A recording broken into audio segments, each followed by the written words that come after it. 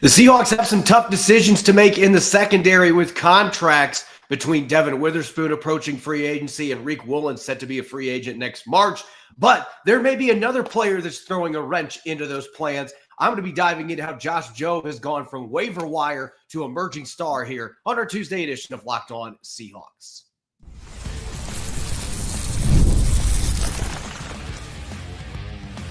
You are Locked On Seahawks, your daily Seattle Seahawks podcast, part of the Locked On Podcast Network, your team every day. Greetings, 12. This is Corbin Smith, host of the Locked On Seahawks podcast, your daily Seahawks podcast, part of the Locked On Podcast Network, your team every day. A special thanks to all the 12s who are tuning in, and thank you, as always, for making Locked On Seahawks your first listen 5 days a week. We greatly appreciate it, whether you're tuning in from Medical Lake, Washington, or Silver City, New Mexico. A special thanks to all of our everydayers out there. The Seahawks getting their first win of the season on Sunday, a 31-17 victory over the Steelers. I'm going to be taking a close look at one of the players that keyed that victory, even if he didn't have a bunch of splash plays this week, and why Josh Jobe may very well be in line for an extension. That throws a wrench into some of Seattle's future plans, potentially in the secondary. We've got a Tuesday mailbag and some Tuesday musings, my in-depth thoughts coming out of Sunday's win, a few offensive, defensive, and special teams tidbits coming your way. Going to be a jam-packed episode, so let's get to it. Now for your lead story here on our Tuesday edition of Locked On Seahawks. At around this time a year ago, Josh Jobe had been released by the Philadelphia Eagles, a former undrafted signee out of Alabama.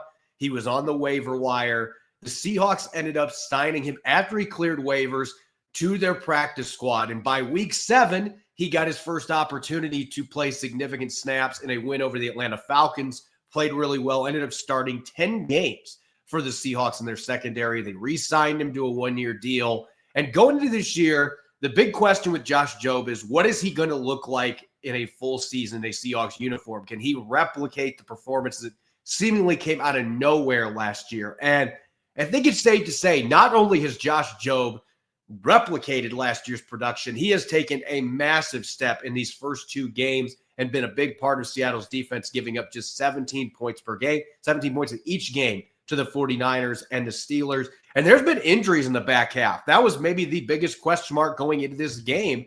Nicky Manwari, Devin Witherspoon, both out. Darian Kendrick ended up being the one thrown into the slot. Josh Jobe and Reek Woolen, who had been his own embattled corner coming out of the season opener with some missed plays that cost the Seahawks in the closing minutes. Jobe had a fantastic season opener, but he gets to go against DK Metcalf, his former teammate. Is he going to be athletic enough to be able to handle the big 6'4", 228-pound receiver? Not only was he athletic enough to handle him, really suffocated him most of the game. And you look at what Josh Jobe is doing for this Seahawks team right now. The numbers through 2 weeks, and again, this is a small sample size. This is out of 75 qualified cornerbacks according to Pro Football Focus. But I don't care that it's just 2 games. The film has been impressive. There were a few plays in this last game where it looked like Metcalf was able to get a few steps on him. The Steelers couldn't make the Seahawks pay for that. But nonetheless, when you look at the numbers, he's allowed 2 catches in these 2 games. That's tied for second in the NFL among corners. 4 yards per reception, that is third. 22.2% completion rate, second in the NFL out of 75 cornerbacks.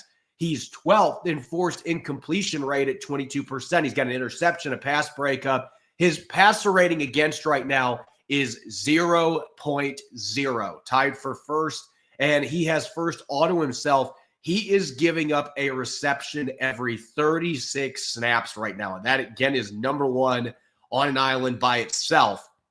A whole bunch of top 2, top 3 rankings, several first overall among cornerbacks in these coverage metrics in the first 2 weeks. And some would say, well, maybe it's just been quarterbacks are not making the throws they need to.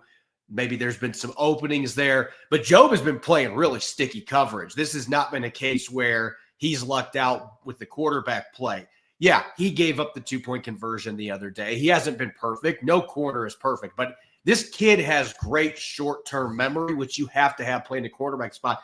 Comes back, deflects the ball going to DK Metcalf on one of the Steelers' final drives, stayed stride for stride with him. So if you had questions about whether athletically he could hold up in that matchup, he showed the entire afternoon that he could stay with DK Metcalf.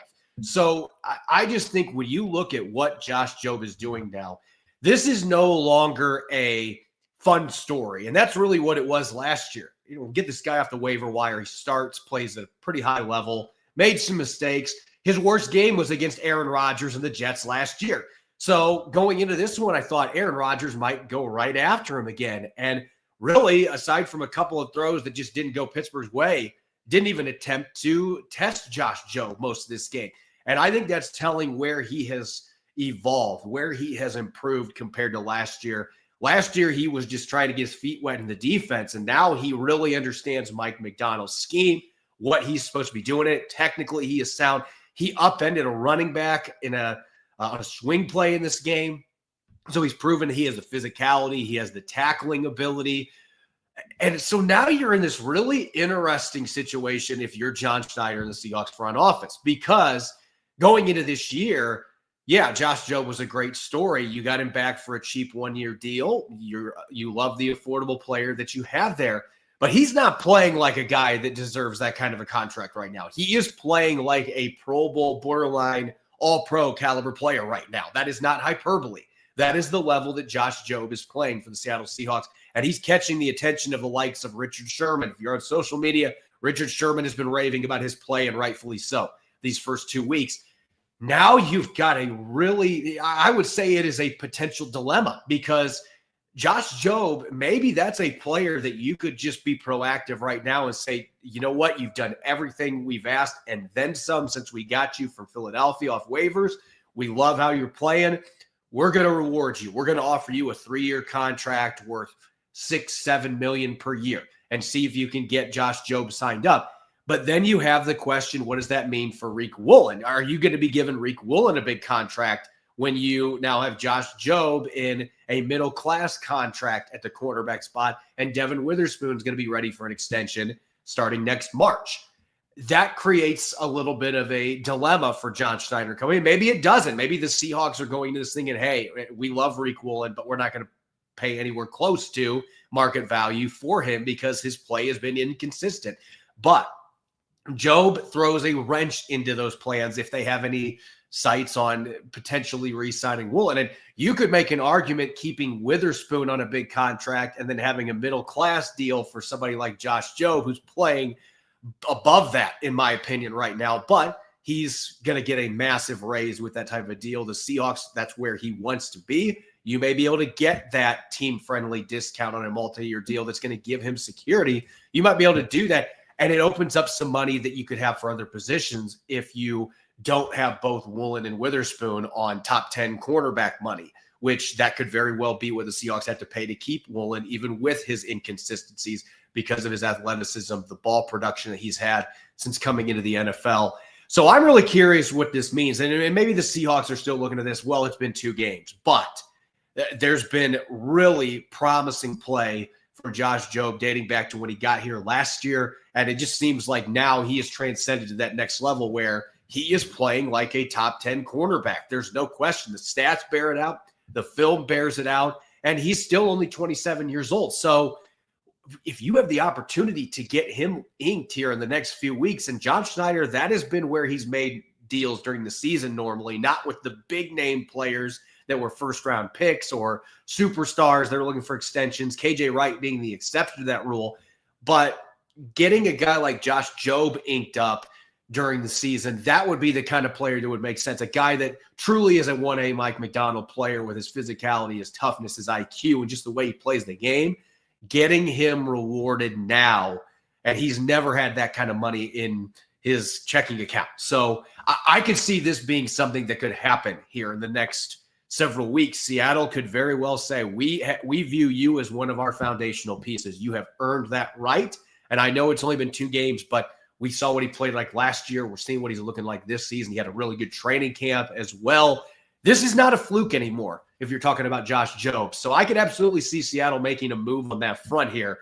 And what that means for Riq Woolen, we'll have to wait and see. I mean, maybe Seattle goes all in, gets all 3 of those guys re-signed. But I think if Jobe resigns, it does make it a little harder to envision that Reek Woolen's back unless he's not getting the money that you anticipate he's going to be getting. So a lot of moving parts there, but Jobe has definitely set himself up to either get paid well by the Seahawks right now or be a guy that could get a lot of interest on the free agent market in March from other teams next offseason. Coming up next, going to open up the mailbag here on our Tuesday edition of Locked On Seahawks.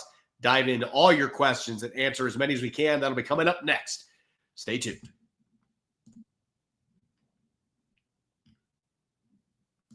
This episode is brought your way by Prize Picks, the daily fantasy app where making the right call can actually pay off. You and I make decisions every day, but on Prize Picks, being right means cashing in. With football back, Prize Picks is the simplest and fastest way to get in the action. Just pick more or less on 2 to 6 player projections, and you can turn your takes into real prizes all in less than 60 seconds. I've been playing Prize Picks lately, and it's such a blast. It's a great way to stay locked in on everything that's going on during the course of the season. It's quick, easy, and honestly my favorite way to follow along with football. I love checking in projections like Lamar Jackson for more or less than 270 passing yards, or Ken Walker III for more or less than 1 rushing touchdown. This week's max discounts include on 921 Patrick Mahomes, 0.5 passing yards. Download the Prize Picks app today and use the code LOCKEDINNFL to get $50 in lineups after you play your first $5 lineup. That's the code LOCKEDINNFL for $50 in lineups after you play your first $5. Prize Picks, it's good to be right. This episode is brought to you by BetterHelp. These days, it feels like there's advice for everything, whether it's cold plunges, gratitude journals, screen detoxes, but how do you know what actually works for you? With so much information online about mental health and wellness, it can be overwhelming to figure out what's true and what will actually help. And that's where talking to a licensed therapist through BetterHelp can make all the difference. You get real personalized guidance instead of just guessing based on something you saw on the internet. I've found therapy isn't just for navigating major challenges. It's also about building positive coping skills and learning how to set boundaries. Having a trusted professional to talk things through with you can help get through the noise and keep you focused on what matters most. With over 30,000 therapists, BetterHelp is the world's largest online therapy platform, serving more than 5 million people. It's easy to fit into your schedule, just a click to connect, and you can even switch therapists anytime if you need to. Talk it out with BetterHelp. Our listeners get 10% off their first month at BetterHelp.com/LockedOnNFL. BetterHelp.com/LockedOn. That's BetterHelp, HELP.com/LockedOn. Welcome back to the Tuesday edition of Locked On Seahawks. I'm your host, Corbin Smith. A special thanks to all the 12s who are tuning in out there. And thank you, as always, for making Locked On Seahawks your first listen 5 days a week. We greatly appreciate it. Since we didn't have a Monday episode, my apologies. A travel schedule from a road game, particularly the ones on the East Coast, sometimes it is really challenging for me to find time to do a show. So going to have 2 episodes today. Get our normal Monday mailbag in on Tuesday. So let's tackle your questions, as many as we can. Our first one here coming from Pon Wick on X. Is the split between the running backs more about preserving K9? So this has been a talking point for the last 48 hours. A lot of people wondering, why did Zach Charbonnet still get more snaps than what Ken Walker III did? There's a couple factors behind that. First, Zach Charbonnet had earned that with the way that he played the week before, and he kind of got a dose of what Ken Walker III had for a good chunk of his season opener this week. Every time he touched the ball, Pittsburgh was massacring him, and I couldn't understand the outside runs continuing to do that with Charbonnet when it clearly was not working. Pittsburgh was honed in on those plays, but also the fact that Charbonnet is a better pass protector. He is going to get a lot of those snaps in those situations where they need somebody to be able to pick up a blitz. Didn't have a perfect game on that front, but made some nice blocks the other day. So those are factors to consider here. It isn't just about preserving K9, though I do think the Seahawks are in a position where they don't want to play him 80% of the snaps because they don't know that he can hold up doing that. And you have a running back in Charbonnet who's got some talent, obviously had a really rough game running the football on Sunday against the Steelers. But again, Ken Walker had the same issues the week before. Sometimes you just don't have blocking in front of you. And Zach Charbonnet just didn't seem like there was really any room for him to work, but he did some good things in pass pro. He's a reliable enough receiver. So these guys are going to continue to be both getting a lot of opportunities. There will be games Walker gets more snaps. There will be games Charbonnet gets more snaps. And it isn't just about trying to keep K9 healthy. That is a sliver part of this. But there are other aspects such as the pass protection that are going to get Charbonnet on the field instead of Ken Walker III that you have to consider. Our next question here coming from Alex Hernandez on X. Is it an overreaction to say this is the deepest quarterback room Seattle has had since the Legion of Boom era? Look, I don't think it is, because if you're going to have Darion Kendrick playing the way that he did the other day, and that's not even somebody that we were thinking a few weeks ago, he wasn't on his team. He wasn't somebody we had on the radar there. There's still some optimism that Nehemiah Pritchett can become something down the line. Shaquille Griffin's been a Pro Bowler in the past, can still play some snaps for you in a pinch. I do think in terms of depth that this definitely is the deepest cornerback group the Seattle have, because as I just mentioned, Josh Jobe is playing like a Pro Bowler, all-pro caliber player. Reek Woolen had a nice little bounce-back game after that rough opener against San Francisco. Devin Witherspoon does things that very few corners in this league do, obviously when he's healthy. So I think at the top, talent-wise, they're as good as they've been since that Legion of Boom era, and I think the depth absolutely is there as well. You have a few guys on there that haven't played a ton of snaps, so maybe there's some questions on that front. But in terms of talent and versatility, this is as deep of a quarterback group as the Seahawks have had in a decade in the Pacific Northwest. Karma2911 on X. Will we see an extension in the next couple of weeks? And if yes, who? Well, I just threw one name out that I could absolutely see, and that's Josh Jobe. Again, those are the kind of players in the past. John Schneider has not made a lot of in-season extensions, but it's been most of the time for players like that. And I'm thinking Doug Baldwin had one earlier in his career too, where in the season he got an extension. Obviously, Baldwin was a bigger name, but a guy that had been undrafted that obviously had earned that big contract. I could see Josh Jobe being that next guy that does that. And the other name I'm going to throw out here, Charles Cross is playing really good football right now. If I'm Charles Cross, I'm waiting until after the year and saying I'm not even negotiating right now. I'm going to go out and have a great season, and I'm going to earn myself some money going into that fifth-year option. That would be the advice I'd have from an agent standpoint too. But I could see that being a case of John Schneider saying, look, we need to get this done now. We need to get you extended. You've earned this. You're playing really well, and hope you can save yourself a little bit of money in the back end. I can see John Schneider trying to do that right now. At the same time, I still would say that it's probably not a great chance you're going to see an extension, because that's just not how John Schneider's done things in the season. There's only been a handful of times that he has given extensions during the regular season. If it is going to happen, I would probably say Josh Jobe being the one that would make sense, as I've mentioned, for a number of reasons. Probably not Charles Cross.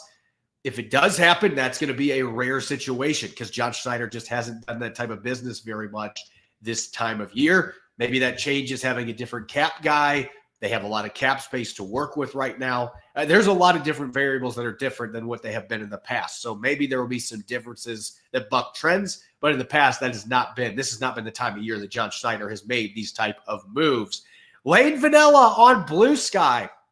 How would you evaluate the play of the interior offensive line so far? So I will say this, and the numbers bear it out. I think you can clearly see the improvements in pass protection. Gray Zabel, 2 straight games, has given up just 1 pressure. He has been excellent in his first 2 games. I think Jalen Sundell has had his moments. He's been a little bit more hit and miss, and it stunk that he had to come out of the game with cramps. Luckily, it was nothing that's going to keep him out long term, but I've seen some glimpses from him in pass pro, and even Anthony Bradford. There's been some whiffs, and there's more bad plays than you want to see from a guy that's in his 3rd year in the NFL. But he has been better in pass protection than what we have seen his first 2 seasons.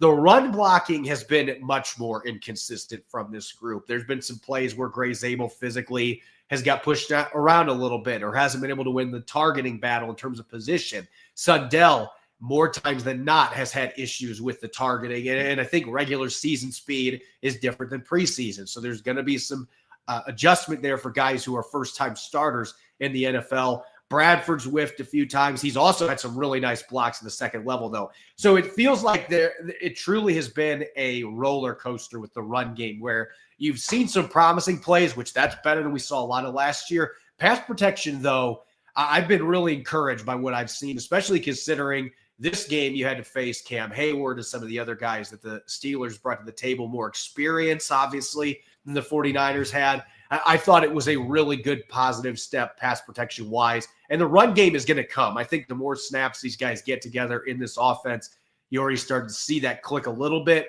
in Pittsburgh. I am encouraged by what we are seeing, and that is a big step forward with how things have been the last several years in the interior offensive line for the Seattle Seahawks. Andrew Nathan on X, what was the shift in offensive play calling that turned it around? Well, there's a couple things that jump out. I don't have all the numbers in front of me, so I can't give specifics, but we saw a lot more play action for better or worse. Obviously, the Herbig interception came on a play action play, and as Macdonald said, we're going to keep calling those. That was it just didn't work out. The defense had it pegged quickly, led to the interception, but you had the touchdown to Horton on play action. They were mixing in a lot more play action plays in this game. I thought that was a big difference. It felt like there was more fullback and more two tight end sets in this game as well, particularly in the first half. It just felt like the Seahawks were playing the type of offense we expected to see that we didn't see in week one, where there was so many pivots. It felt like it wasn't Clint Kubiak's offense. This week, it felt like we were seeing Kubiak's offense, particularly in the second half, with the way they were getting the run game going. Would like to see them be a little bit better at adjusting to what the other team is succeeding against, not as many of those outside runs that were getting stuffed. But overall, I thought it was a big step forward, and we saw Clint Kubiak call his own offense, and he wasn't trying to be cute. He wasn't trying to be deceptive and do things that he hadn't done in the past. This felt like a Clint Kubiak game plan for the Seattle Seahawks. Captain Slay Aho on X, has there been any indication the Seahawks might use the $23.5 million cap space on adding to the roster, or more likely for emergency replacement rolling over to next year? Until we get to the trade deadline, I'm not expecting, maybe there's an extension down the line, as I said, but as far as that money right now, Seattle's probably going to try to roll a lot of that over. But if they are in contention and they have a chance to go make a deal, John Schneider's got the assets. He's got draft picks to work with, and obviously he's got the money to go out and add a big-time player. So maybe they add to their receiving core, maybe they add to their linebacking group, or they try to add a extra piece at a position that has injuries. Unfortunately, that's part of the NFL. We'll see where things are at when the trade deadline rolls around, but they have a lot of flexibility compared to a lot of other teams in the NFL. That's where I could see some of that money being put to use and bringing in some extra talent to reinforce the roster for the second half of the season. And our last question here, coming from Glitzer on X, how do the Seahawks avoid a letdown versus the Saints? It's giving me week 3 of 2019 vibes. And yes, that was the Saints, Teddy Bridgewater at quarterback that game coming to town. And New Orleans could have won that game by a lot more than they did. Seattle ended up making it close late, but kind of felt like a one-sided game where New Orleans just came in and physically took it to the Seahawks. That was a long time ago, though. And I look at Mike Macdonald's messaging here. There should be absolutely no reason for a letdown because they want to win at home. They want to have a chance to get off this stretch where they've only won, I believe, one of their last 7 home games. I mean, it has been rough at Lumen Field.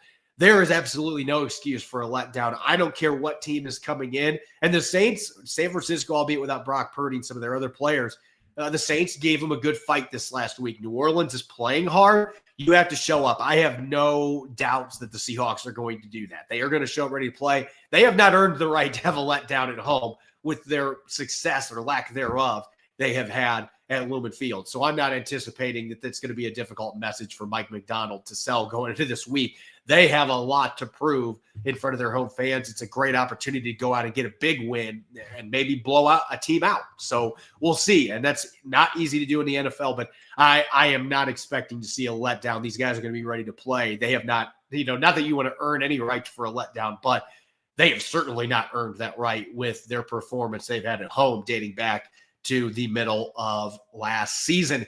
Coming up next, going to revisit Sunday's win over the Steelers, some Tuesday musings, a few thoughts on offense, defense, and special teams. That'll be coming up next year on our Tuesday edition of Locked On Seahawks.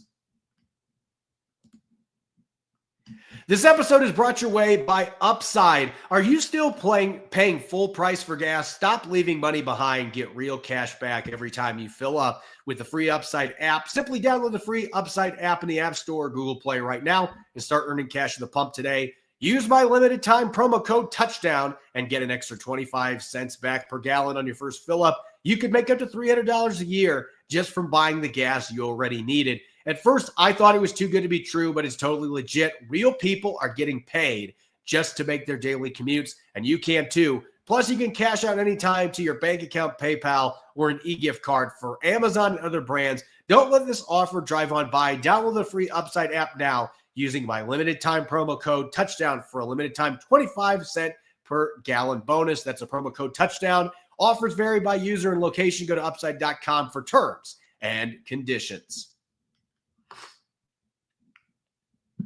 Welcome back to the Tuesday edition of Locked On Seahawks. This is your host, Corbin Smith. A special thanks to every one of the 12s tuning in. Thank you, as always, for making Locked On Seahawks your first listen 5 days a week. We greatly appreciate it.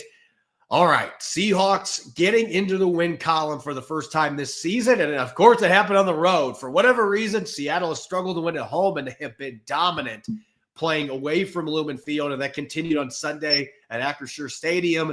A 31-17 win over the Steelers, a comeback victory. They were down 14-7 at the half, kind of a shaky first half performance. Let's dive into some things, and this is my observations now watching the All-22 film, some things to discuss on the offensive and defensive side of the football. And I want to start on offense, and this is kind of piggybacking a little bit off the question that kicked off our mailbag. I'm saying this not just for myself. I'm saying this for our listeners because we read your comments. We know what you guys have thought about this. Don't overreact to running back showings week to week, and something that I'm working on doing too. And it's hard because each game has its own story. But you look at week one. Ken Walker III, and we talked about some last week, it was a multifaceted reason why he struggled. He didn't look as comfortable in this offense in that first game. He didn't. There were some cutback lanes that he just wasn't able to get to or didn't see, wasn't quick enough getting to, and then the blocking was not there for a good chunk of his runs. This weekend, Zach Charbonnet had to deal with the same issue. Every time he touched the ball, it's like, oh, there's two guys in the backfield ready to ambush me, or going outside, there's four guys in pursuit here ready, and he had nothing to work with. So both these backs have experienced that. And then on the positive side, Zach Charbonnet was getting those cutbacks in week one. This week, Ken Walker III, and he said it after the game, I asked him about it, he is feeling a lot better by week with this offense, and some of it might have been just not getting enough reps on the practice field in training camp. But there were some cutbacks that he made in this game that he wasn't making on some of his carries in that season opener. He was more decisive, and he just looked more explosive, and he had the blocking in front of him that Zach Charbonnet did not. So that is the argument that I'm going to make here. Do not let performances week in, week out, and week by week, don't let it dictate. Don't overreact to it in terms of the running backs. Both these guys are going to have games where they are really productive this year. I think both of them are going to have games where it's a little bit more of a struggle, and that's kind of going to be the way it is. And again, the pass protection stuff for Charbonnet, there's going to be other reasons that he gets snaps, but both these guys are capable of being very productive. There's going to be games like this, though, where one guy gets the hot hand and the other doesn't. That doesn't suddenly mean that that other guy is not good. Like last week, we talked about Ken Walker III has tons of talent. It was not a good season opener for him, and there were some factors out of his control. Same thing for Zach Charbonnet in this game. So both these guys are talented. Don't topple it on them, and that doesn't mean you're flip-flopping or whatever. There's going to be games where one is going to be really successful and the other isn't. There will be games both these guys have some good plays, and we haven't seen that yet this year, but it's a small sample size. So don't overreact to what you see in the running back position. Both these guys are talented. They're just different styles, and there's going to be good games. There's going to be games that aren't so good for both these guys this year. Second thing that jumped out to me on offense, and I kind of hinted on this with the guards, but I want to talk tackles here too. Real tangible improvements on the O-line. There were several plays, and it coincides with the idea that maybe now, if you're John Schneider, you're trying to find a way to get Charles Cross that extension now before it gets even more expensive, because he made some ridiculous blocks. There was a run by Walker in this game down in the red zone where Charles Cross just drove a linebacker down into the ground on his backside. He was out in front of the 19-yard touchdown at the end of the game with a great lead block. Gray Zabel was out there as well. He's been really good in pass protection these first 2 weeks. It seems like with the new coaching staff that we finally are seeing that step being taken by Charles Cross, where he is looking like a top 10 caliber tackle. That is a huge development. And I think it's helped him having Gray Zabel next to him. He's got a more talented player at the left guard spot, a high upside player, athletic, great fit, really good chemistry guy. Those kind of things add up too. And those guys are playing really well next to each other. They're getting the job done. And Abraham Lucas is looking pretty good. I know everybody's going to point to that end play against the 49ers. It's unfortunate that happened, but I thought Abe Lucas made some really nice blocks in the run game in this game. I thought pass protection that he took a step forward from the first game. So there's a lot to be excited about this O-line. There's a lot of room to grow, a long way to go in terms of what they can be. But this looks like a legitimate top 15 caliber offensive line, which for Seattle standards, that's elite. And that is a big deal, especially when you consider there's a lot of room for him to get better. So I like the early returns we're seeing from John Benton and this coaching staff, what they're getting out of this offensive line across the board. Are there questions still? Absolutely. Is there inconsistency? Absolutely. Are they much better than they were last year? Absolutely. So there's a lot to be excited about on that front. On the defensive side of the football, Byron Murphy II, this was the discussion point for players and coaches alike this offseason. I remember asking Jaron Reed during OTAs about expectations for Byron Murphy II going into his second year. And I can't repeat everything that he said, but let's just say that he reiterated that he is really strong. We'll just put it that way. And he loves the work ethic that this kid brings to the table. And now it's starting to show up on the field beyond some of the run play defenses that he had last year where he was stonewalling guys. Now we're seeing the impact plays. We're seeing the tackles for loss. We're seeing the sacks. He had 2 of them in this game. He's had 3 tackles for loss so far.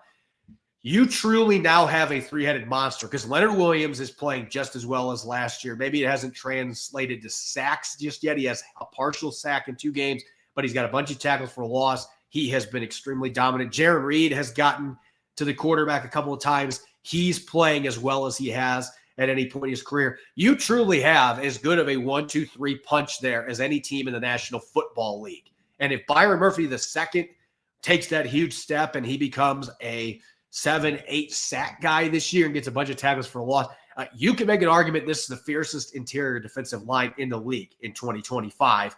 The Seahawks have something cooking there. They've got youth. They've got veterans. A nice little blend there. Guys in their prime, like Leonard Williams still very much is, playing at that level. And Byron Murphy II just getting started, really fired up about his development. And you can see the confidence. Now that he's starting to make some of these plays, they start to stack up because he always has had the talent. He's always had the athleticism. But sometimes you need that on-field success a few times to really take your game to the next level. And we are seeing that with Byron Murphy II. That is one of those things I said going into the year. If this defense truly wants to be a top 3 unit, top 5 unit, they need Byron Murphy II to play at the level that we believe he's capable of. And so far, he is checking off that box and then some, having a fantastic start to the season. And my last big point here, watching the film, as far as negatives go, and I don't even necessarily view this as a negative. It's not like Seattle's edge group has been bad per se. They just haven't come through with the impact plays necessarily just yet. And I look at that group from a pass rushing standpoint. That is where I'm still saying that is the one spot that is lacking potency right now. The linebackers are making plays for the most part, even with injuries. The secondary getting their hands on the football a lot. Stingy defense on the back end. The interiors, I just mentioned, Leonard Williams, Byron Murphy II, Jaron Reed. All those guys are having fantastic years so far and making life tough for opposing run games as well as opposing quarterbacks collapsing the pocket. But you want to see more out of Boye Mafe. Uchenna Nwosu was his first game back. He made some tackles. There were some positives. You're hoping as he gets his feet back underneath him, you start seeing his pass rushing ability. DeMarcus Lawrence had some pressures, has had a couple of QB hits. You're hoping to start seeing those turn into sacks. And Derek Hall, he has had some really good effort plays, but hasn't necessarily turned into the statistics necessarily. So that is the one spot I would say. And again, it's not even necessarily a negative to me. It is you're seeing effort. You're seeing those guys flying around the field. It just hasn't turned into much in terms of sack production, QB hits, strip sacks, things like that. We haven't seen that yet. It feels like we're on the cusp of that coming, especially with the way the interior D-line is playing. But that's where they need more potency right now. And the guys they have on the roster are capable of doing it. But the edge rush, to me, that's the one spot I'm wanting to see more coming out of these first couple games. There's just been too many long stretches where you haven't seen that group. And they had some chances to get Aaron Rodgers on Sunday, and they let him slip out outside of the pocket. So those are some plays they're going to want back as well, not being able to secure that edge and finish off a 41-year-old quarterback. There's areas they need to improve. But the potency off the edge, particularly with the run game or with a pass game, the run defense has been pretty solid. The pass rushing, though, I want to see this group take it up another notch here in the next couple of weeks. If they can do that, then this defense has a chance to really start humming. And they're already playing really well, but there's room for improvement. I think the edge rush is a big component of that. As always, you can follow me on X and Blue Sky at Corbin Smith NFL. Make sure to subscribe to Locked On Seahawks on YouTube or wherever you listen to your podcast to make sure you don't miss a single episode. Coming up later today, Rob Rang and I'll be teaming up. We'll have some Tell the Truth Tuesday, and we'll be looking at what's new with the New Orleans Saints as we shift attention to Week 3. Make sure to listen to that episode coming at 5 o'clock p.m. Pacific time. Enjoy your Tuesday afternoon. Go Hawks.